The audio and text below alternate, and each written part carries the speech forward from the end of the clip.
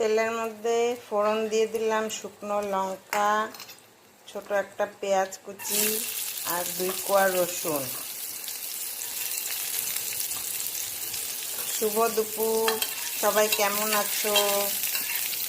আজকে রান্না বান্না শুরু করলাম। বানাবো হচ্ছে ঢেঁকির শাক ভাজা। ফোড়নটা একটু ভাজা হয়ে গেলে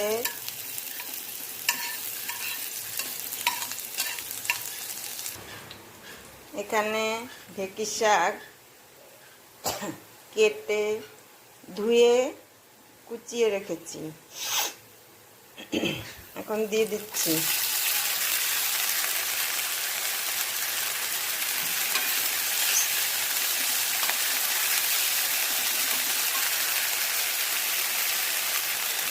একটু নুন দিয়ে দিচ্ছি, একটু হলুদ দিয়ে দিলাম। নুন হলুদটাকে শাকের সাথে ভালো করে মিক্স করে নিচ্ছি।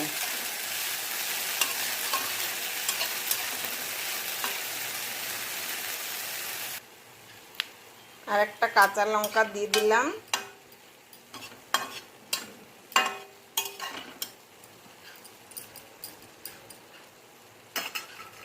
এখন একটু ঢাকা দিয়ে দিলাম।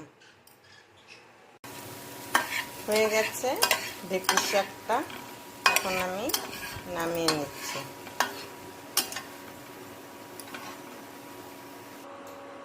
এই হলো ঢেঁকির শাক ভাজা। মাছের ঝোল বানাবো, তেল গরম হয়ে গেছে। এক এক করে মাছগুলো আমি ছেড়ে দিচ্ছি। এটা হলো কাতল মাছ।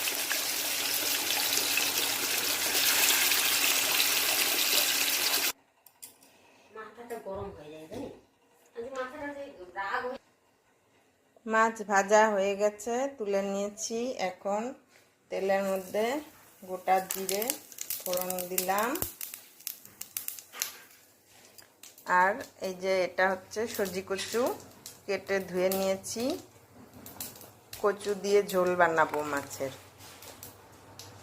এখন দিয়ে দিচ্ছি কচুগুলো।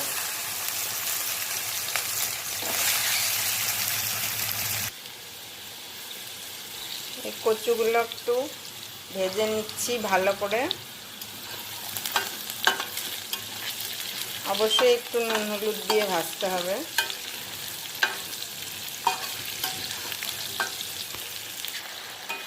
কচুগুলো ভালো করে ভেজে নিয়েছি। এখন একটু জিরে বাটা